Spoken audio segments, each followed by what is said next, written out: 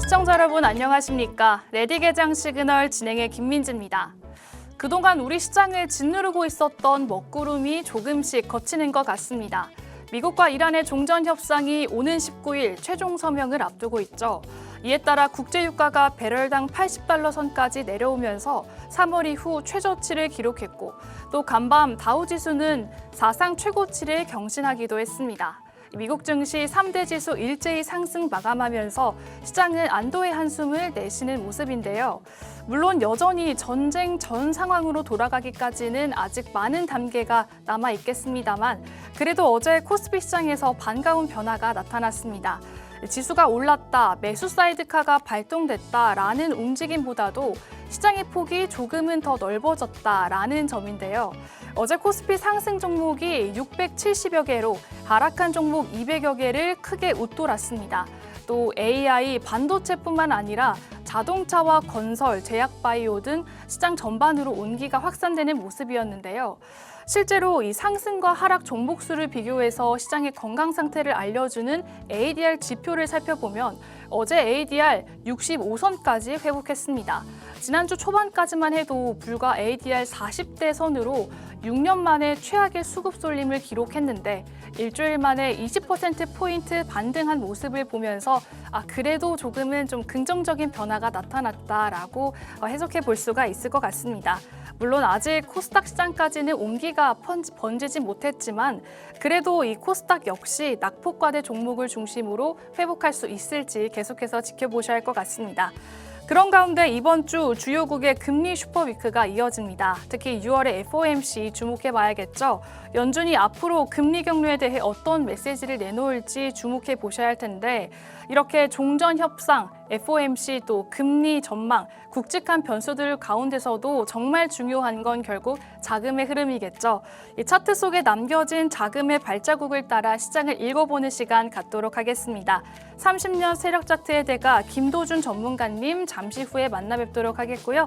그럼 먼저 간밤 뉴욕 증시 상황과 오늘 개장 전 반드시 체크해야 할 뉴스들 먼저 만나보고 돌아오겠습니다. 안녕하세요. 미국 증시 마감 상황 전해드릴 캐스터 안신영입니다. 간밤 뉴욕 증시는 위험 자산 선호 심리가 되살아나며 일제히 상승불 켜냈습니다. 미국과 이란의 종정 합의라는 결과 끝에 미 증시를 비롯해 글로벌 자산 시장이 호재로 움직인 하루였는데요. 넉 달 가까이 시장을 짓눌렀던 미 이란 전쟁이 마침내 끝이 보입니다. 위험 자산 선호 심리가 되살아났는데요. 미국과 이란의 평화 협상 기대감이 커지면서 중동 리스크가 완화됐고 여기에 AI 투자 사이클이 다시 부각되면서 반도체와 빅테크 중심의 매수세가 유입됐습니다. 특히 스페이스X의 역사적인 IPO 흥행이 시장 전반의 투자 심리를 자극시켰습니다. 자세한 지수 상황 먼저 체크해 보시죠. 다우존스는 0.92% 오른 51,671선에 나스닥은 3% 넘게 오르면서 26,683선에 마감했고요. S&P 500 지수 역시 1.65% 오르며 장 마감했습니다. 3대 지수는 3거래일 연속으로 상승세를 이어갔습니다. 다우존스와 S&P 500 지수는 사상 최고치를 기록한 하루였는데요. AI 관련주가 시장 상승을 주도했고 필라델피아 반도체 지수는 5% 넘게 오르며 사상 최고치를 기록한 하루였습니다. 다음으로 시가총액 상위 종목들의 움직임도 함께 살펴보겠습니다. 전쟁 리스크가 아직 완전히 해소되지는 않았습니다. 하지만 간밤 시장의 위험 자산 선호 심리는 일제히 되살아났는데요. 반도체가 살아나면서 기술주 섹터 크게 반등에 성공했습니다. 엔비디아 3.54% 올랐습니다. AI 추가 투자를 위해 250억 달러 규모의 회사채 발행을 추진한다는 보도가 나왔는데요. 엔비디아는 채권 시장에 나왔습니다. 당장 자금이 부족해서가 아니라 AI 투자 확대에 대비해 미리 실탄을 확보하려는 움직임으로 해석됩니다. 그 영향으로 엔비디아의 주가는 상승 마감에 성공했습니다. 알파벳은 2.5% 올랐습니다. AI 서비스 확대와 데이터 센터 투자 기대가 이어지면서 기술주 전반의 강세 흐름에 동참했습니다. 애플은 1.82% 올랐습니다. 시장 전반의 위험 자산 선호 심리가 회복되면서 대형 기술주 전반의 저가 매수세가 유입됐습니다. 마이크로소프트 2.31% 올랐습니다. AI 서버와 클라우드 수요 확대 기대가 지속됐고요. 메모리 반도체 슈퍼사이클 전망도 긍정적으로 작용했습니다. 아마존은 3.3% 넘게 뛰었습니다. 아마존은 미주리주에 수십억 달러 규모의 AI 데이터 센터 건설 계획을 발표했습니다. AI 서비스 확대와 클라우드 사업 성장 기대가 부각되면서 주가는 3% 넘게 올랐습니다. 다음으로 스페이스X입니다. 19.6% 폭등했는데요. 지난주 금요일 이후 추가 상승세 이어갑니다. 상장 발행액이 기존 750억 달러에서 857억으로 확대됐다는 보도까지 나왔습니다. 스페이스X는 IPO 흥행에 입입어 주관사들이 그린슈 옵션을 전량 행사했다고 밝혔습니다. 투자 수요가 예상치를 크게 웃돌면서 공모 규모는 857달러로 확대됐고요. 아마존을 바짝 뒤쫓는 모습입니다. 브로드컴은 3.11% 상승했습니다.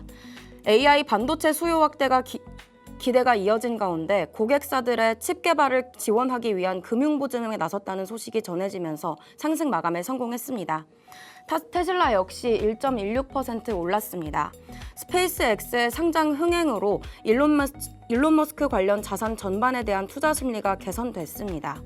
메타는 5% 가까이 급등했습니다. 페이스북 신규 AI 기능 공개에 따른 기대감에 4% 넘게 올랐습니다. 마이크론은 11% 가까이 폭등했는데요. TD코엔에서 목표가를 660달러에서 1,500달러로 대폭 상향 조정했다는 보도가 나왔습니다. 이 소식에 주가는 11% 가까이 급등했습니다. 다음으로 국제유가의 움직임도 함께 살펴보겠습니다. 국제유가는 석 달 만에 최저치로 떨어졌습니다. WTI는 4.39% 내린 81달러 선에, 브렌트유는 4.36% 내린 83달러 선에 거래 마쳤습니다. 호르무즈 해협이 다시 과거처럼 완전히 개방될지 아니면 서비스 비용을 내야 할지 지켜봐야 할 전망입니다. 하지만 장중한 때 WTI는 79달러 선을 기록하기도 하면서 지난 3월 이후 유가 안정 되찾아가는 모습입니다. 또 유가가 크게 내리면서 에너지 섹터가 가장 부진한 모습 보인 하루기도 했습니다. 다음으로 금은 시세 함께 살펴보시죠. 금값 역시 일주일 만에 최고 수준으로 상승했습니다. 금선물은 2% 넘게 오르면서 4,329선에 안착했고요. 은선물은 3% 넘게 오르면서 70달러 선에 안착했습니다. 연준의 추가 금리 인상 가능성이 줄어들었고요. 달러 약세까지 보이면서 안전자산에서 강세를 보인 것으로 보입니다. 네, 지금까지 미국 증시 마감 상황 전해드렸는데요. 시장은 중동 리스크 완화와 AI 투자 모멘텀이라는 두 가지 호재를 동시에 반영했습니다. 한편 월가에서는 중동 리스크 완화가 이어질 경우 증시 강세장이 지속될 수 있다는 전망이 나오고 있습니다. 모건 스탠리는 연준의 긴축 우려 완화를, 시티는 유가 안정 가능성을 제시했는데요. 시장의 관심은 이제 연준의 금리 결정과 향후 통화 정책 방향으로 이동하고 있습니다. 지금까지 미국 증시 마감 상황 전해드렸습니다. 안녕하세요. 개장 전 체크포인트 짚어드릴 캐스터 문민지입니다. 전일 코스피 매수 사이드카가 발동되기도 할 만큼 강한 상승세가 유입됐는데요. 바로 미국과 이란의 종전 기대감이 투자 심리를 유입했습니다. 여기에 일본 금리의 금리 결정, 그리고 엔스로픽의 네이버 방문 등 굵직한 이벤트들이 대기하고 있는데요. 그러면 오늘장 세 가지 체크포인트 하나씩 짚어보겠습니다. 먼저 첫 번째 체크포인트는 미국과 이란의 종전 합의 소식입니다. 106일간 이어졌던 전쟁이 마침내 종지부를 찍습니다. 미국과 이란이 종전 양해각서 그리고 MOU의 전자서명을 마치면서 중동 긴장 완화 기대감이 이뤄지고 있는데요. 특히 시장은 세계 원유 수송의 핵심 통로인 호르무즈 해협에서 정상화 여부에 주목을 하고 있습니다. 양측은 호르무즈 해협 개방에 원칙적으로 합의한 가운데 오늘 19일 스위스 제네바에서 공식 서명식을 진행할 예정입니다. 그동안 중동 정세 악화로 국제 유가와 물류비로 인해서 상승 우려가 컸었죠. 이런 부분을 반영해서 전일 국내 증시 항공주가 급등세를 보이기도 했습니다.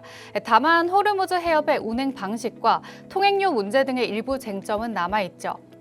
향후 협상 진행 여부에 따라 항공 여행주 중심의 수혜 기대가 이어질지 계속해서 지켜볼 필요가 있겠습니다. 이어서 두 번째 체크포인트 함께 살펴보겠습니다. 일본은행 BOJ가 31년 만에 금리 최고로 인상할 것이 확실시되고 있는데요. 오늘 발표할 통화정책 결정에서 단기 정책금리를 0.75%에서 1%로 0.25% 인상할 것으로 보여집니다.